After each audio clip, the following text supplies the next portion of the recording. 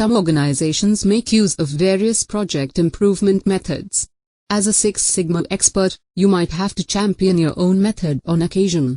Here are some reasons to choose Six Sigma over other methods described in our previous lectures. Number 1. We choose to use Six Sigma when facing the unknown. Six Sigma is designed so you can begin a project even when you don't know the cause of the problem. In some cases, teams aren't even sure what the exact problem is, they only know some metric is not performing as desired.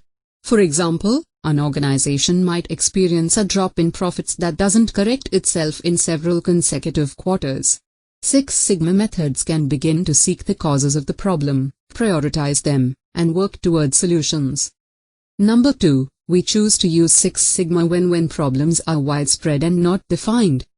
Even when a problem is understood, if it is wide in scope and not well defined, improvement projects that are not tightly managed can escalate in scope to a point that they become unmanageable. In this situation, teams attempt to solve increasingly bigger issues. As a result, no problem is ever completely solved. Six Sigma includes controls for avoiding such scope creep so teams can make incremental improvements that steadily improve a process over time. We'll talk about scope creep more in the later lectures. Number 3. We choose to use Six Sigma when solving complex problems. If processes are complex and feature many variables, it is difficult to determine how to approach a solution, much less define and measure success. Knowledge of statistical analysis and process control lets teams approach problems that involve enormous amounts of data and many variables.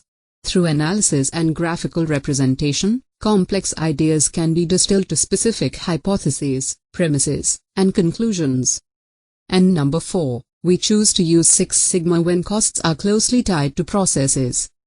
Because Six Sigma's statistical process control component lets teams make more accurate assumptions than almost any other method, it is very appropriate for situations that are closely tied to revenue or cost. When a single tiny change can result in millions of dollars in gains or losses, teams must validate assumptions with an extremely small margin of error. Guesswork, basic research, and even years of experience cannot do that as accurately as properly implemented Six Sigma methods.